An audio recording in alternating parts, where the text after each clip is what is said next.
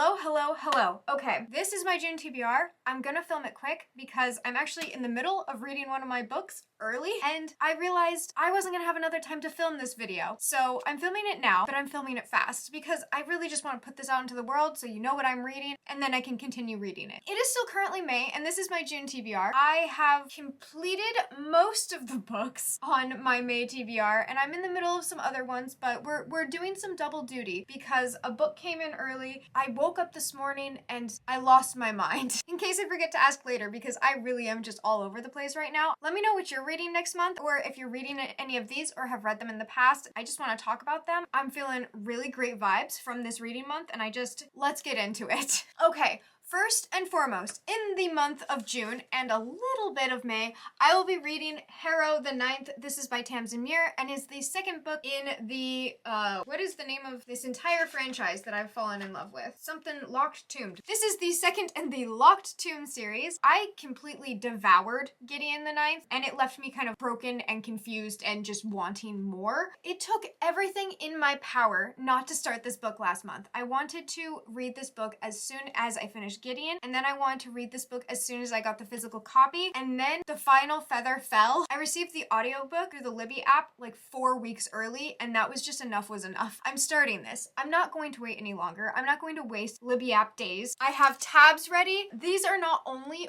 for Harrow, but also for Gideon, because I'm going to be going back through and trying to find foreshadowing moments. So I found these perfect tabs. I'll try and link them down below if I can find them. I did get them through Amazon Japan though, so I don't know if it will be helpful to you. Let me tell you what Gideon is about because I don't want to spoil anything with Harrow. Gideon the Ninth is definitely a sci-fi, but I would definitely put it in the sci-fi fantasy genre of being a lot of magic and specifically necromancer magic. So you have Gideon, our main character, a guardswoman or knight on this planet. She lives on the 9th planet and really doesn't want to continue living on the 9th planet. This book starts off really chaotic and really quickly. It's throwing a lot of information at you and you just kind of roll with it. This ended up being a little bit of murder mystery. It was definitely like a gothic horror at some points and it was freaking hilarious. And I just connected with the characters so much. I can't put this down. I mean, I'm going to like literally put it down because I'm picking this one up, but I really enjoyed this and I'm really excited to get to the next one. If you have read this series, let me know what you think. I know these books are actually kind of polarizing. Like some people either love them to the extreme, like myself, or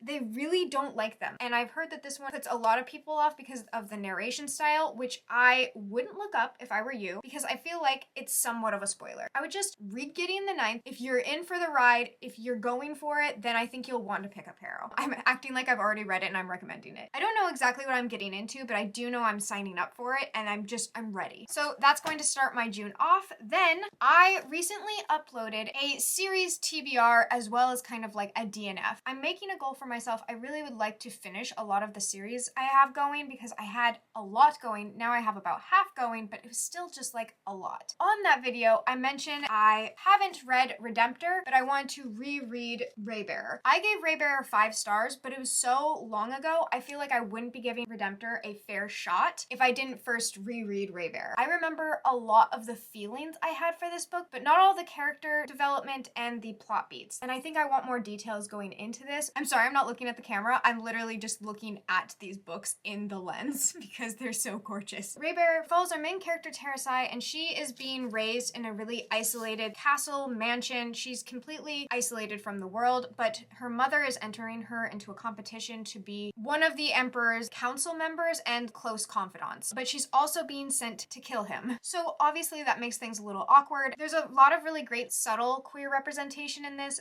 There's an ace character. It's a really good friendship book and I am a huge fan of platonic loving friendships. I love platonic friendships that also have a deep and passionate love attached to them. I really loved Raybearer. I'm going to be rereading it and then I also in this same exact month would like to pick up Redemptor and read this too. Oh my god, I literally can't stop looking at these covers. Then on my Libby app, I have a couple different books that are set to come in soon because I'm the first or second on each of these waiting lists. Supposedly coming in 2 weeks, I have A Psalm for the Wild Built. This is, I guess, a world where robots like quit. They went out into the wilderness and were never seen again, so we have no technology. And there's a tea monk who I think possibly befriends a robot who comes to check in on humanity to see if they're doing okay. And it's, I guess, just a really soft, nice story. I've also been told it's queer, so I'm just kind of rolling with it. It sounds really nice. It sounds really sweet. Then I have Wayward. Wayward is a book I really, really wanted to read, and I have been on this waiting list for a long time. I started at number 36, and now I am 5th in line, but they just added an additional copy, so it now says there's less than one person waiting per copy. I'm going into this actually without much of any information. I understand that it's a generational story. A woman who is running from her abusive husband inherits this cottage in the middle of the woods, Wayward Cottage, and it's like run down and she builds it back up or something like that. And then it's also talking about maybe past ancestors who have also had this house. I'm not entirely sure. I've heard really great things. I've heard that it's really lovely and soft and whimsical. I've also heard that it has a more natural type of magic incorporated into it and less fantastical, which I love fantastical magic. I just sometimes when it's dealing with like witchcraft and stuff like that, I prefer something a little bit more nature-based and a little less pizzazzy. I don't know how else to say that. It's a weird thing for me, and I'll talk about it more in my wrap-up, but for now, I just want to say I'm really excited to read it. I've heard very good things from a lot of people I trust, and it's been recommended to me several times. I also might pick up, this is more of like a mood read that I'm just tossing out there as a possibility, but I might be reading Rebecca Ross's Dreams Lie Beneath. This is for no other reason besides I have been told that possibly good comparison, like comps for my book that I'm writing might be Rebecca Ross's type of book. So I'm looking into Rebecca Ross's writing to see if it's comparable, if her stories or themes, characters have anything in it that I can possibly comp for my book. I'm having a really hard time comparing books. Despite having like a lot of different books in my head, I either think my book is just nothing like those books, or the books are so like highly praised and highly loved, I have a really hard time saying my book is in any way comparative to the book. So trying Rebecca Ross out for personal like writing things, I just figured I'd add it in, let you know that it was happening in case anyone cares. I have a writing vlog if you want to know more about what my book is, but honestly they're pretty incoherent ramblings, so you know, get out of it what you will. This is my promise jar. It's a Gengar. It's now filled at like 90% capacity with queer books. This past week I asked for more recommendations on both my Instagram and my community tab, and then in the comments, thank you to everyone who recommended me queer books. This time I asked specifically for queer reads to read in the month of June in the celebration of Pride Month. I have so many recommendations I'm excited to read. If I don't get one that's a queer read, I'm going to assume that Gengar is homophobic, and that'll be a new canon, which I'll be upset about.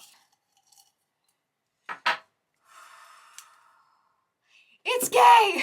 Well, more specifically, it's polyamorous. We have A Dowry of Blood. This was recommended by Rachel, so thank you, Rachel. Very excited for it. I'm gonna check Libby first to see how long the wait time is. If it's not on Libby, or if the wait time is like insane, then I can just use my Audible credit, but it's such a short book that I kind of want to see if I can get it. Okay, the book is currently in use, but only by one person. So I am next in line for a 5-hour audiobook on Libby, which should come in probably at around the same time as A Psalm for the Wild built. That is fantastic. Let me look up what A Dowry of Blood is about, because I think it's like a Dracula retelling, but I don't actually know any details whatsoever. Please hold. Ooh, okay. All right, I'm gonna just read a little bit of this to my best ability. A lyrical and dreamy reimagining of Dracula's Bride. A Dowry of Blood is a story of desire, obsession, and emancipation. Saved from the brink of death by a mysterious stranger, Constanta is transformed from a medieval peasant into a bride fit for an undying king. But when Dracula draws a cunning aristocrat and starving artist into his web of passions and deceit, Constanta realizes that her beloved is capable of terrible things. Yes, okay. I'm gonna leave my TBR there for now. This feels good. This does not feel overwhelming. I don't know if I'll be doing my typical try a chapter tag this time around. Last month I didn't do it. I was finding that the first chapters of all of the books I was starting weren't very good, but they were all good books. So it didn't really make sense for me. Like it was very lackluster. I wasn't feeling it. But I think that I'll be doing a lot of annotating this time around. So I might do more of like an annotation style video of how I'm feeling about these books. I don't know yet. This might be just a video full of false promises, but it feels really good. Do you have one book on your TBR that you are especially looking forward to? Let me know in the comments below. But whether you do or not, I hope you're enjoying the sun or more stars wherever you are. And until next time, bye!